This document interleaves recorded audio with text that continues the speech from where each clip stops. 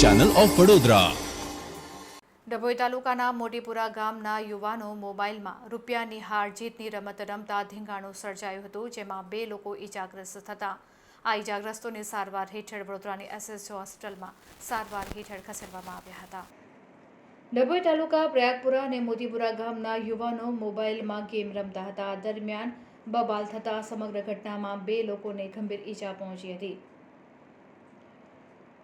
ઈજાગ્રસ્તોને પ્રથમ ડભોઈ સરકારી દવાખાને, ત્યારબાદ વધુ ગંભીર હોવાથી વધુ સારવાર માટે વડોદરાની એસએસજી હોસ્પિટલમાં ખસેડવામાં આવ્યા હતા।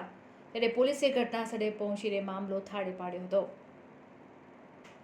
ગત મોડી રાત્રે બનેલી આ સમગ્ર ઘટનામાં મોટાભાગના યુવાનો મોબાઈલમાં ગેમની રમત દ્વારા રૂપિયાની હાર જીત કરતા હોવાનું જાણવા મળ્યું હતું।